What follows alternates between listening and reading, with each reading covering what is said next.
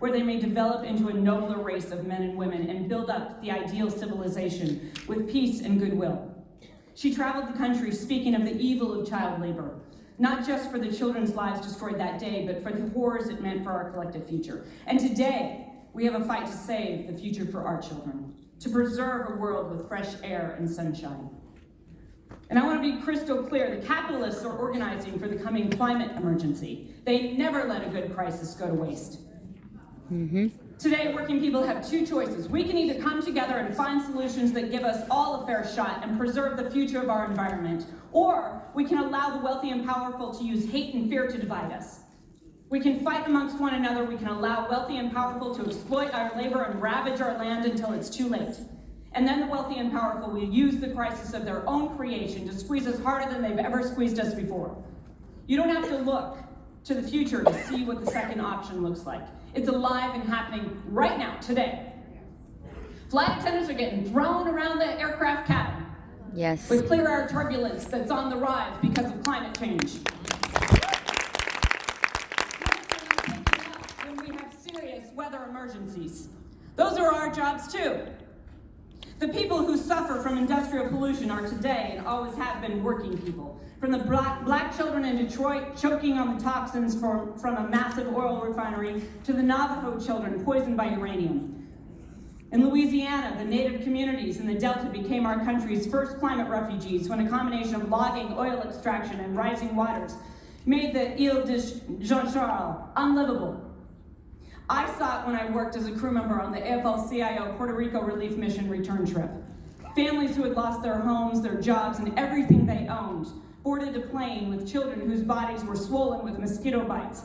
I can hear their sweet gracias as we handed them the first hot meal they'd seen in 10 days, as they flew away from the island that would no longer be their home. The capitalists want us to think that these are limited cases, or in the most cynical efforts, tell white workers that we shouldn't care about this because those other people don't look like us. But you don't have to look far to see that this is the fight we'll all face. Right now, and this past week in California, in places like Berkeley and Napa Valley, power was shut off to 800,000 households. People needing therapeutic oxygen died. More than 2.5 million people are sitting in the dark because the fire risk is too high. And why? Because the West is dying out. We have no time to waste. Make no mistake, the capitalists are organizing, and we must too. Now, if we're gonna thrive, as Mother Jones says, we can't fight ladylike. No. Management made the ladies, but God Almighty made women, and we gotta fight like women. Woo! I gotta close with this story from her autobiography. In Arnott, Pennsylvania, workers who had been on strike against the coal barons for months asked her to come and help them. When she arrived, the workers had prepared to end the strike. She urged them on. By the way, that was men. Then the company brought in the scabs. In her own words, what happened next. I told the men to stay home with the children for a change and let the women attend to the scabs. I organized an army of women housekeepers. On a given day, they were to bring their mops and brooms, and the army would charge the scabs up the mines. The general manager, the sheriff, and the corporation hirelings heard of our plans and were on hand. The day came, and the women with the mops and brooms and pails of water. I decided not to go up to Drip Mouth myself, for I knew they would arrest me, and that might rout the army. I selected as a leader an Irish woman who had the most picturesque appearance. She had slept late with her husband. And I told her to hurry up and get into the army. She grabbed the red petticoat and slipped it over a thick cotton nightgown and wore a black stocking with a white one. And she had tied a little red fringe shawl over her wild red hair. Her face was red and her eyes were mad. I looked at her and felt that she could raise a rumpus. Mother Jones knew where to find her assets, right? I said, lead the army up to Drip Mouth. Take that tin dishpan with you and your hammer. And when the scabs and the mules come up, begin to hammer and howl. Then all of you hammer and howl and be ready to chase the scabs with your mops and brooms. Don't be afraid of anyone. Up the mountainside, yelling and hollering, she led the women. And when the mules came up with the scabs and the coals, she began beating on the dishpan and hollering, and all the army joined in with her. And the sheriff tapped her on the shoulder. "My dear lady," he said, "remember the mules, don't frighten the mules." She took, because then the mules were more important than men, you understand. She took the old tin pan and hit him with it, and she hollered, "To hell with you and the mules! To hell with you and the mules!" The ruling class puts rules in place, civility, decorum, to hold us back.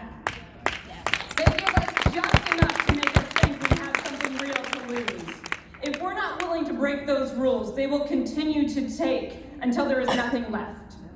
So this is our moment. This is our time. And I will tell you, in the middle of that shutdown, I told my staff when I heard them giggling in a back room, they're going to be surprised and shocked that I'm admitting to this. But I went back there and I said, there is no time for laughing. People are going to die. And I'm going to tell you something right now. Flight attendants have seen people die in accidents. We have seen people die when people have come for our throats. And in every single case, there's anything that we would have done to avoid that. We need to fight like hell now with all the emotion that we have to end this fucking shutdown.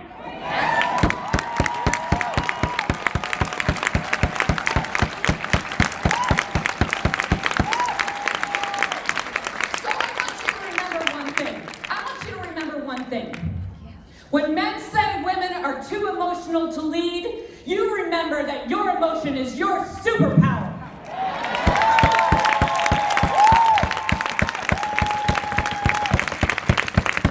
And you remember something else too. I go all over this country, leading people in cheers of "I've got your back." But it is our job as women to really lead on that, to really understand what that means, to really understand that if we see fear in another person, should instead raise our curiosity and we ask them to tell their stories so we understand better and we form bonds together, then that is what we must do. That is what happens on the picket line, and that is what we are going to do in this labor movement. We are also going to send the signal to workers everywhere that this labor movement is not the stereotypical lunchbox man heading off with his toolbox. Okay? Workers own this labor movement. Our unions are for everyone. It doesn't matter if you are a woman, if you are black, or you are brown. It doesn't matter how you look or how you decide to dress. If you are doing the work, you have worth, you are bringing value, and we're going to take our own.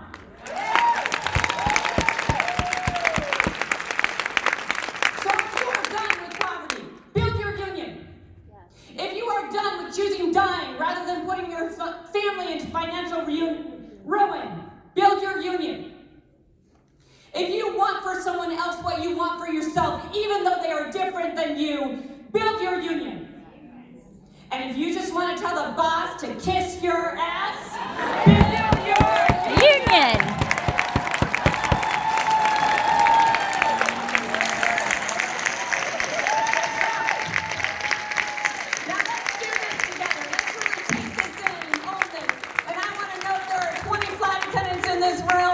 When Elise said that the New York Times said that there was a headline saying I was the most powerful flight attendant in this country, you know, at first I didn't like that. And then I thought, holy shit!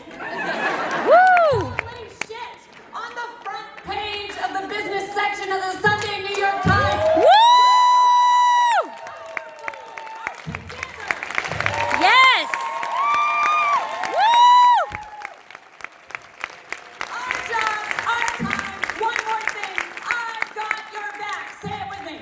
I've got your back. I've got your back. I've got your back. All right, and your president, Elise Brand, is amazing.